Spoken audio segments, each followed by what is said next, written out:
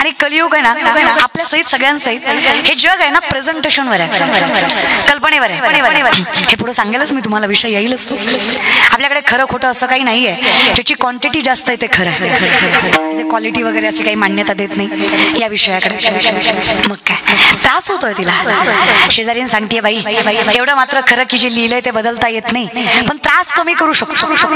कसं करायचं, कशाला म्हटलं एवढे सगळे त्रास देतात, तुझं काय म्हणणं आहे? काही नाही म्हटलं, आता सहन होत नाही, लई केलं, आता नाही, आता बादली बी नदीत आणि मी बी नदीत, आता काय ताकद राहिली नाही घरी जायची. ती म्हणली असं नसतं, आत्महत्येसारखं महापातक दुसरं नाही असं मी कुठल्या तरी कीर्तनात ऐकलं. अशी ती बाई म्हटली सगळ्यात मोठं पाप कुठलं असेल तर कुठलं? आत्महत्या. सगळ्यात मोठं महापातक आत्महत्या. कशाला जीवाला घाबरायचं?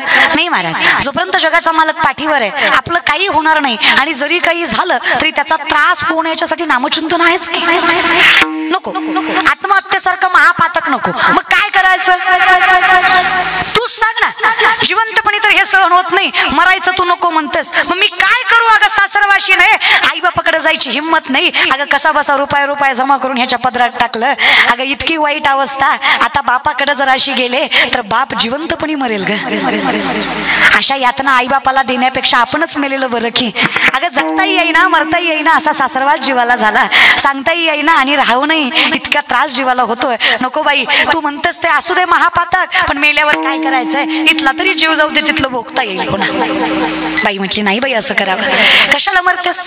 तू नको मरू, कान घ्या इकडं, तुला सांग, कान घ्या. मनसरवळ्याच्या बाया कान घ्या इकडं, कान घ्या इकडं, ह्यांना नाही ऐकवलं पाहिजे, तुम्ही कान घ्या इकडं. कशाला सांगायचं म्हणले, एवढं कशाला त्रास करून घ्यायचा? तू कशाला मरतस? काय करू म्हणले, तू नको. मग काय करू? त्यांना मार. तू कशाला मारती? जे तुला त्रास देते त्यांना मार ना कडकडून. ते म्हणले माय, आणि मारायचं काय सोपं आहे का बाई? आणि मी मारलं बी असतं, पण मेल्यानंतर मी काय सुटणार आहे का? त्यांना मी मारन माझं. पहिली माझी ववी ग येरवाड्याच्या जेलात ग, पुन्हा कशाचा संसार आणि कशाचा परमार्थ? नको बाई म्हणली, असं कुठं काही बी शिकवतात का? ती म्हणली मार म्हणजे तसं मार नाही ग. अगं काय सांगू तुला, त्या बनसरवळ्याच्या बनेश्वराच्या कृपेनं चाललेलं ते गाव, तिथंच आई पद्मावतीचं मंदिर आहे, फार सुंदर जीर्णोद्धार केला. अगं कल्चरोनही केला. अगं 5-6 वर्ष झाली, सुंदर असं देवाचं मंदिर त्या गावात आहे. त्या पद्मावती देवीची स्वयंमूर्ती आहे, तिथं जाऊन सांग तिला सांग मला असा असा त्रास होतोय, फार ताकद आहे तिच्यात. अगं आई येते, बाप एखाद्या वेळेस निष्ठूर वागेल, पण माय पदरात गेल्याशिवाय राहत नाही. सांग त्या पद्मावतीला तुझं कल्याण केल्याशिवाय सोडणार नाही, तिच्या पदरात टाक.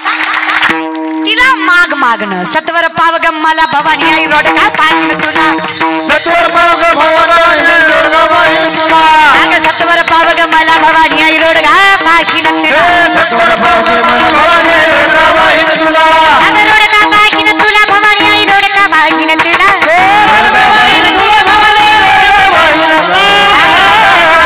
भवानी आई रोड का पाहिन तुला, सत्वर पावगम मला भवानी आई रोड का पाहिन तुला,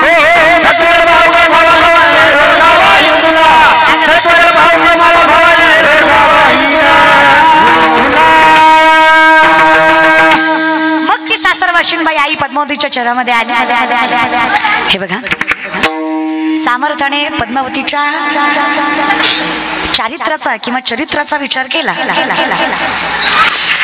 तर ही जी शक्तिपीठ आपण मानतो, ही शक्तिपीठ म्हणजे दक्ष प्रजापती यज्ञ करू गेला, शिरच्छेद झाला तयाचा की ज्या वेळेस भगवान शिवाला कुठलीही विचारपत्रिका किंवा कुठलीही निमंत्रण पत्रिका न पाठवता सगळ्यात मोठा महायज्ञ दक्षाने चालू केला.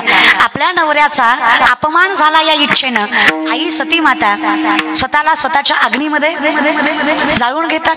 त्यावेळेस भगवान शिवाने तांडव करावं आणि भगवान शिवाने जेव्हा आई सती मातेला आपल्या छायेमध्ये आपल्या करांमध्ये घेऊन निघावं, तेव्हा जिथं जिथं आई सती मातेची अवयवाची पडताळणी झाली किंवा जिथे जिथे अवयव सांडली गेली तिथे तिथे एक नवीन शक्तिपीठ उभा झालं. तशी आपण 3.5 पीठ मानतो, पण अनेक शक्तिपीठ आहेत. आता प्रत्येक कोण 108 कोण 112 असं प्रत्येक पुराणांमध्ये वेगवेगळं वर्णन आहे शक्तिपीठांचं. तर त्या शक्तिपीठांमध्ये जिथे कुठं केस पडली पडली तिथं केशायनी माता निर्माण झाली, काश्या माता निर्माण झाली. मग जिथं पद म्हणजे चरणाचं पडावं, जिथे पाय पडावे तिथे पद्मावती देवी असं ते स्थानापन्न आहे. म्हणजे जिथं सती मातेचे पद पडले, पाय पडले, तो अवतार म्हणजे पद्मावतीचा.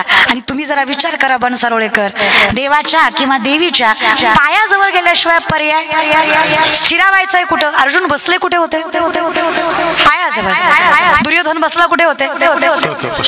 अर्जुन भगवंत मिळाला कोणाला? अर्जुनाला. संत काय सांगतात? माझे चित्त तुझे पायाशी ना. म्हणजे विचार करा, आपल्या गावात त्या शक्तिपीठाचं स्थानापन्न आहे जिथे मस्तक ठेवावं आणि प्रत्येकाची वृद्धिंगत व्हावी एवढी ताकद आहे ती पद्मावती देवी. चरणच आपल्यापाशी, त्यामुळे चिंता करायचं का? मिठी पडली, अगदी सामर्थ्याने मिठी द्यायची चरणाला. विषय संपला ना दादा.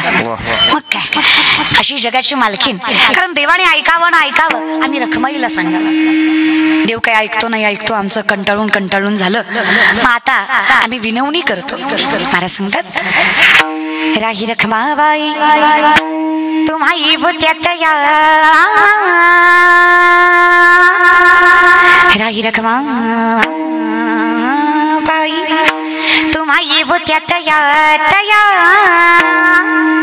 से हलवूनी जागे करा देवराया, से हलवूनी जागे करा देवराया, से हलवूनी जागे करा देवराया. राही रखमाबाई तुम्हाई बुत्यात या, राही रखमाबाई तुम्हाई बुत्यात या, जागे करा देवराया,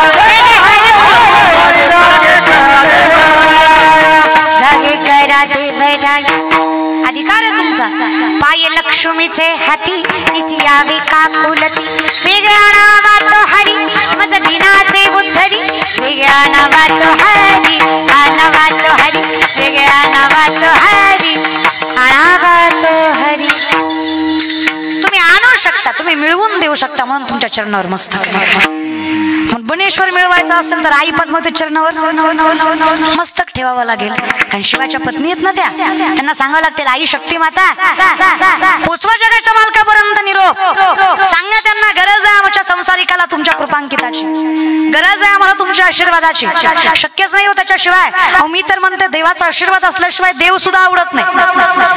देव आवडायला सुद्धा देवाचा आशीर्वादच लागतो. बहुत सुकृताची म्हणून विठ्ठली. उगाच कसा देव आवडेल? काही माणसं म्हणतात निघालतो कीर्तनाला, गेलो नाही, गेलो नाही ना, तुला येऊ दिलं नाही, गेलो नाही काय, तुला काम आहे असं नाही. देवाने कामात गुंतवलं, सांगितलं अजून तुझा भाग आला नाही. काही माणसं म्हणतात गेलतो मजा बघून आलो. काही म्हणले बसलो होतो जरा वेळ, पटलं नाही, मधनं झालं. काही म्हणले शेवटपर्यंत बसलो, कळलंच नाही. चुकच नाही तुमच्या. तुमचं पाय कीर्तनाकडे वळत नाही, तुम्हाला कीर्तन कळत नाही. कीर्तनासारख्या धर्म मंडपात तुमचं मन रमत नाही, सुखावत किंवा स्थिरावत नाही. खरंच मायबाप आपला दोष नाही. माऊली सांगतात, पूर्वजन्मीचं पाप तुम्हाला भजन करू देत नाही. सगळ्यात मोठी सत्यता आहे.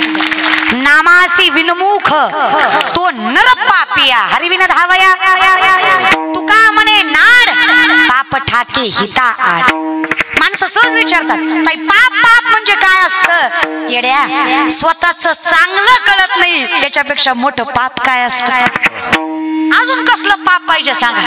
म्हणून तर आम्ही म्हणलो, गोमटे ते करा माझे 12 ओझे. आमचं चांगलं आम्हाला कळत असतं तर आम्ही कशाला बोंबलत संसार केला असता? आहे की नाही? आम्हाला आमचं चांगलं कळत, म्हणून आम्ही म्हणतो आमचं चांगलं आमच्यापेक्षा चांगलं तुम्हाला कळतंय, मग आमचं जे चांगलं आहे ते तुम्ही करा. ते आमच्यासाठी आम्हाला वाईट वाटलं तरी ते आमच्यासाठी चांगलं. पण आजकाल आहे ना, देवाला नाकारतायत माणसं. याच्यात म्हणजे मला कधी कधी कीव येते त्यांच्या बुद्धिमत्तेशी. अरे किती कनिष्ठता म्हणावी स्वतःचं अस्तित्व मोठं करायला, किंवा स्वतःचं अस्तित्व मोठं आहे हे सांगायला. आजकालची माणसं देवाला आणि संतांनाही कलंकित करायला मागे पुढे बघत नाही. ज्ञानोबाने भिंत चालवलीच का? तुकोबांचा गाथा तरलाच का? नातांच्या कधी 36 वर्ष परमात्म्याने कावडीनं पाणी वाहिलंच का? रेड्यामुखी वेद बोललाच का? तुकोबांचं वैकुंठ गमन झालंच का? आपल्यासारख्यांची पात्रता नाहीये रे कळण्याची. सामर्थ्याने मला कधीतरी काहीतरी नवल वाटतं. कसा विचार करताय, काय तर्क वितर्क लावताय? ज्ञानोबांनी विंत चालवली, तुकोबांनी गाथा तरवला, रेड्यामुखी वेद बोलवला गेला, संतांची कामं जगाच्या मालकानं केली. हा चमत्कार नाहीये, हे संतांच्या तपश्चर्येचं फळ आहे, ज्याला परमात्म्याची कृपा म्हणायचं. आणि जेव्हा कृपा होते तेव्हा अशक्य शक्य व्हायला कमी नाही पडत. जेव्हा त्याग असतो ना तेव्हा व्यक्ती वाचस्पती होतो.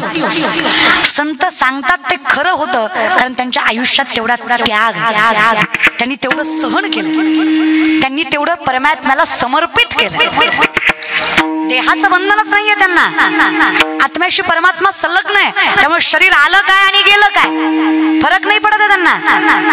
पण आम्ही जी माणसं आहेत, आम्ही माणसं मात्र संसारिक आहेत, आम्ही मात्र सासऱ्याच्या आश्रयाखाली बसलोय. सगळ्यात त्रास देतो तो आमचा सासरा आहे, त्याच्या आश्रयाखाली आहोत आम्ही.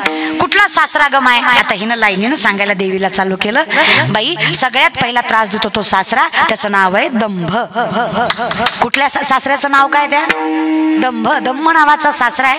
माऊली फार गोड सांगतात, योग याग विधी येणे नोहे सिद्धी, वायाची उपाधी दंभ धर्म. जिथे शुद्ध अंतकरण नाहीये, पवित्र नजर नाहीये, तिथे कितीही परमार्थ केला तरी तो कल्पना आहे, त्यात सत्यता. म्हणजे माऊलींचं वर्णन असं नाहीये की योग करू नये, करा. पण आपलं कसं आहे, आसोनी जमणार आहे का आपल्याला? योगी व्हायचं म्हणजे समाधी लावावी लागते. समाधी लावायची म्हणजे कुंडलिनी शक्ती जागृत करावी लागते. कुंडलिनी शक्ती जागृत करायची म्हणजे शरीरामध्ये 72,000 नाड्या, 24 नाड्या प्रधान, 3 नाड्या प्राणवाहक, इडा, पिंगला, सुषुम्ना, यातनं माणसाचा प्राणवायू वाहतो. पूरक, रेचक, कुंभक, श्वसनाचे 3 प्रकार, याच्यावर ज्याचं अधिराज्य आहे. 3.5 वेळे गमसली कुंडलिनी शक्ती बेंबीच्या देटापासनं षडशस्त्राचं भेदन करत ब्रह्मरंध्रात जाऊन मिळते. त्यावेळेस माणसाला समाधी लागते. हे कळल्यावर लावा, कळलं की लावू आपण. कळलं तरी लावायला ताकद फार. कळणं सोपं आहे, वळणं अवघड आहे. कळत नाही असं कुणी नाही जगात, सगळ्याला सगळं कळतं. माझ्यापेक्षा जास्त तुम्हाला कळतं. कळत कसं नाही? एखाद्यानं सकाळी मांसाहार केला, दुपारी चल मन बारा त्याला पंढरपूरला येईल का? सकाळी मांसाहार केलेला व्यक्ती दुपारी विठ्ठलाच्या मंदिरात येईल का? का नाही येणार? आज नाही, आज चुकीचं खाल्लंय, उद्या पवित्र होतो तू. आणि हे काय लॉजिक आहे परमार्थाचं? सोमवार गुरुवार खायचं नाही, बाकी दान खाऊन हाणायचं, तेवढं कशाला सोडायचं? तेव्हा बी खायचंच की. तुम्हाला असं वाटतं का सोमवार गुरुवार देव बघतो आणि बाकीचे डोळे झाकतो, तू खामी बघत नाही, तू खामी बघत नाही, तू खामी बघत नाही, असं करतो? फुगत दिखावा केला हो, दंभ धर्म. कसा आहे हा दंभ धर्म? निस्ता दिखावा. लोक आम्हाला ज्ञान शिकवतात. एखाद्याच्या स्वाप्यावर बसावं ते आम्हाला म्हणतात ताई आपण खात नाही जास्त, आपण खात नाही जास्त, कधीतरी आपण पित नाही जास्त, कधीतरी. पण आपल्याला दिखावा आवडत नाही. आपणही माळ घातली असते पण आपल्याला दिखावा आवडत नाही. आपली मनाची माळ. कसली? म्हणजे तुझ्या मनावरची. मनाची म्हणजे मनावरची. करू वाटलं तर, नाही करू वाटलं तर मनाची माळ आहे. आपल्याला दिखावा जमत नाही, आपल्याला तसला भामटेपणा जमत नाही.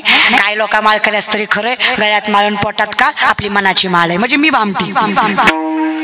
म्हणजे आम्ही माळा घालून फिरतो, आम्ही वाऱ्या करतो, आम्ही नालायकच की. आमची वरची आहे, तुझी मनाची आहे. तू पवित्र, आम्ही अपवित्र. लोक ज्ञान शिकवतात हो महाराज लोकाला, लय ऐकत सांगतात मनाची माळ आहे, मनाची. अरे कशी असती मनाची दादा? अरे गळ्यात तुळशीची माळ असावी, कपाळाला गंध असावा, दारात तुळस असावी, देवघरात विठेवरचा मालक असावा. अरे राक्षस जरी दारात आला वैष्णवाच्या तरी त्यानं दुर्बुद्धी दारात सोडून घरात सद्बुद्धीनेच प्रवेश करावा, एवढी ताकद वैष्णवात आहे. त्यालाही वाटावं ज्याच्या घरात चाललोय ते येड नाही, आणि ते जरी येड असलं त्याचा बाप लय शहाणा आहे. आणि त्याला त्रास दिला तर ते माफ करील, पण त्याचा बाप आपल्याला माफ करणार कळेल ना त्याला? त्याचा मालक लय शहाणा आहे. काय हरकत आहे मी वैष्णव आहे सांगायला? काय हरकत आहे मी हिंदू आहे सांगायला? कशाला लाजताय? घाल माळ. वैभव लागतं रे त्याला, पुण्य लागतं, सामर्थ्य लागतं, पावित्रता लागते. उगाच कुणाच्याही गळ्यात माळ पडत नाही. भाग्य फार लागतं. टाळ्या कोण वाजवतोय? हेच तर कलियुग आहे.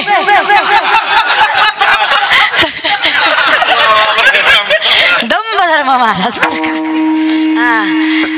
तुम्ही जे कलियुग म्हणता ती हीच आहे. लय अवघड दादा, नवल वाटतं मला लोकांचं. लोक स्वतःच्या सॅटिस्फॅक्शन साठी, स्वतःच्या समाधानासाठी कुणालाही नाव ठेवायला तयार आहेत. कुणालाही, ज्यांना काही ज्ञान नाही. बरं, मी ज्ञानाचं मरू द्या, ज्ञान आपल्यालाही नाहीच आहे, पण ज्यांना थोडीफार माहिती नाहीये ती माणसं वारकरी संप्रदायाला म्हणतात काय खरं राहिलंय. अरे खरं राहिलं नाही असं नाही, तुम्ही खरं स्वीकारायला तयार नाही आहात. त्यात सगळं खरंच आहे, पण तुम्ही स्वीकारत नाही. तुम्ही जो करताय तो खोटेपणाच आहे. मग तो परमार्थ योग याग विधी येणे नोहे, तो काही सिद्धीला जाणार नाही. असत्य नको, सत्य. आणि मला माहित असावं, सत्य तू सत्य तू सत्य तू विठ्ठला, बाकी सगळं जगत वाचा. इमॅजिनेशन आहे, कल्पना आहे. पण हे कलियुग आहे. चाणक्य 5000 वर्षापूर्वी सांगतात ही माणसं कल्पनेतच जगतात. ही ते 4 माणसं एकच खोटं बोलली की खोटं सुद्धा खरं होतं. खरं आहे की खोटं? इथे 4 माणसं एकच खोटं बोलली की खोटं सुद्धा खरं होतं. चुकून 5वा खरं बोलला तर 4 मिळून त्याला खोटं ठरवते. क्वांटिटी तुम्हाला सोपं करून सांगते, नीट ऐक. कुठल्या ग्रंथात लिहिलं होतं दिवाळीत मोती साबण वापरायचा? कुठला हिंदू धर्माचा ग्रंथ? सनातन धर्म? नाही. तरी सुद्धा 90% महाराष्ट्र, 90% महाराष्ट्र, कीर्तनकारापासून व्यापाऱ्यापर्यंत, शेतकऱ्यापासून राजकारण्यापर्यंत सगळी माणसं दिवाळीला मोती साबण का? कल्पना, ऍडव्हर्टाइजमेंट. क्वांटिटी जास्त आहे ना. दिवाळीच्या 2 महिने आधीपासून ऍडव्हर्टाइज लागते. उठा उठा, दिवाळी आली, मोती सणाची वेळ झाली. दिवाळी त्रेतायुगापासून आहे रे. आम्ही म्हणजे माणसं बघा ना, आम्ही तत्व वगैरे लावत नाही जिथं लावायला पाहिजे. वापरू नाही किंवा वापरावा असं काही माझा भेद नाहीये. मी तुम्हाला उदाहरण सांगते की अशी आपली परिस्थिती. लोक आहे ती तर अंगाऱ्यावर विश्वास आहे पण बुक्यावर नाही. कळलं त्याला, कळलं महाराज. आमचं लय अवघड आहे. भामट्यावर आहे पण संतावर. आणि पुन्हा म्हणायचं परमार्थ असं. तू कुठं गेला ती बघ ना. तू जिथे गेला तो परमार्थ आहे का हे बघ. जयाचे आहे का धड नाही, तयासी परित्र पुससी काही. तुला योग्य गुरु मिळत नाही हे सुद्धा तुझ्या पापाचंच लक्षण आहे की तुला परमार्थ खरा सापडत.